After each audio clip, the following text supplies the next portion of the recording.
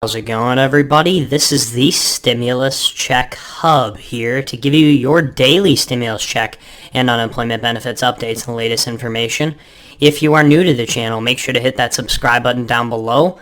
A like and a comment are always appreciated. Also, if you wouldn't mind sharing this with your friends and family, because I'm sure they would also like the most up-to-date information on their stimulus checks and unemployment benefits available anywhere on YouTube, which is what I try to provide here on this channel. The cost of living now is definitely troubling. Now, with inflation at historic highs, we're hitting 7.9%, which is the highest in 40 years. Lawmakers and the Fed alike, they're scrambling to find new ways to ease the pain that this is causing everyday Americans throughout the country. Now, one idea that recently stemmed from the Biden administration is to provide prepaid gas cards in the form of a new stimulus check. According to reports, the White House was talked out of this idea as concerns grew of the projected high cost, the ineffectiveness, and not to mention how the IRS would actually handle a project like this of this magnitude with the current backlog that's going on there. A lot of you guys are still waiting on your IRS tax refunds for 2022. I understand that. And apparently the White House does too. Now, we also have news that Democrats are divided once again, this time on how to lower the cost of gas. Also, how to lower the cost of healthcare and also childcare. Now, the latest proposal was for a tax on the windfall of profits of major oil companies that would raise an approximate amount of roughly $45 billion that would ultimately be returned to consumers in the form of energy rebates. A lot of my Social Security family members here on YouTube, those who are living on fixed income, could certainly benefit from those discounts. Now, Senate Majority Leader Chuck Schumer, he announced that oil and gas company executives will be called to testify about why they're buying back stocks instead of keeping prices lower. Quote, "It is nothing short of repugnant for oil companies to be touting what are truly dizzying profit margins while soaking American families with these exorbitant prices." End quote. But what does Senator Joe Manchin think? As he serves as the Senate Energy and Natural Resource Committee chairman, he is a huge swing vote man. Is this deja vu? According to Senator Joe Manchin, he wants to have a hearing on the idea to find out the facts. Now, another proposal is to suspend the 18.4 cents per gallon federal gas tax at least until next January, which also has the Democrats divided. I'm not sure about you guys, but I'm seeing a pattern of this division here among the Democrats. Republicans have been kind of quiet lately, so I'm not really sure what's going on too much in that camp. But what do you guys think? Is this an efficient plan for lawmakers to provide relief during these difficult financial times, or should we be doing something else? Let me know in the comments below. Now, if you want more gas money though, you should definitely consider freelancing. And if you're concerned as to what you should try and what you should focus on, I've already identified for you guys some of the best paying freelance jobs here. Yes, you can work from home. Yes, this is a side hustle. And yes, this would actually qualify as being an online business. Now, starting with an average salary of $45,390, a web designer plans out, creates, and writes code for websites and also web pages that display text, images, graphics,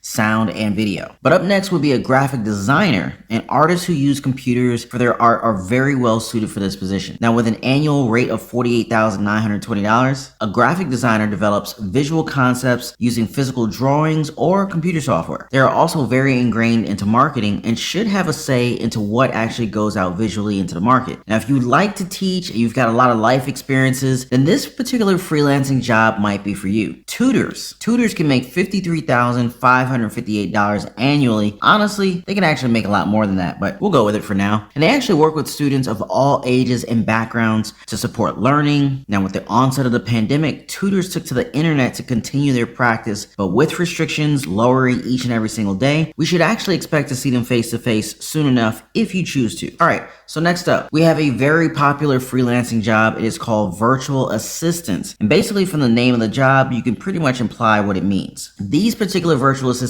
jobs, they don't require you to actually clock in and go to the office or do any of the traditional 9 to 5 work stuff. In fact, most times you only need either a home office or a quiet room at home to do the work. Now, as a VA or a virtual assistant, you're usually going to be tasked with multiple tasks a day, not necessarily limited to taking phone calls, answering emails, and even making travel arrangements. Now, the national average salary for a VA is, get this, $56,860 annually. Now, obviously, there's plus and minus here. Some people will make less than that. Some people will make more than this, but you get an idea. Now, if you lean more toward the creative side, but with the use of a keyboard, or if you're back in time, pen and paper, then writing as a freelance job might be your calling. Now, annually, annually, you could expect to make somewhere in the ballpark of $60,000 a year. If you're doing this part-time, maybe you work on a contract basis, you may actually write for multiple mediums. I mean, think about it. You got books, you got websites, journals, advertisements, magazines, and a whole bunch more. Writing can be very profitable as long as you're willing to grow and learn new things. Now again, we also have another artist making a lot of cash in the freelancing world. Videographers, they stand to make $77,000 a year, and their jobs are pretty awesome. Now, as the name suggests, these people are tasked with taking video documentation of different occasions. Have you ever been complimented that you're pretty good behind the camera? It could be for a wedding, a short film, a wake, maybe even a documentary. Which brings us to the last one on the list of freelance jobs that really pay well. Making $92,000 a year, software consultants design software applications and systems that are specific to a client's needs. Consultants like these mostly analyze what a company might need going forward to keep up with the trends of today, and therefore may improve the company as a whole. But let me know, guys, do any of these high-paying freelance jobs seem interesting to you? Let me know down in the comments below. Now, in more inflation news, you would not believe what the Fed said that they are going to do to help lower costs. Fed Reserve Chair Jerome Powell said last Monday that the central bank is prepared to raise interest rates even more aggressively, including by half a percentage point every meeting. That is 50 basis points, just for those who are questioning. Quote, in particular, if we conclude that it is appropriate to move more aggressively by raising the federal funds rate by more than 25 basis points at a meeting or meetings, we will do so. And if we determine that we need to tighten beyond common measures to neutralize into a more restrictive stance, we will do this as well. End quote. A neutral interest rate supports full employment while keeping inflation stable. By saying that the Fed is ready for more aggressive rates shows that the Fed would be alright with the opposite, which would be unemployment. Asked about this, Jerome Powell said, quote, we do place a high priority on the labor market, but ultimately, if you want a strong labor market, you have to price stability. End quote. But what do you guys see as the end goal here? And with the willingness to hike rates, it's almost impossible for the common everyday American to win here. Inflation is only going one direction, and that is up. Soaring food prices at the grocery stores. Gas prices jumping 20, 30, 50 cents in a day. Oil and gas companies hitting record profits. Inflation has never been this high since 1982. But every little bit helps. For a limited time only, M1 Finance is offering $50 for free when you open up a new brokerage account at M1 Finance. Now, one way that I've found to offset the cost of inflation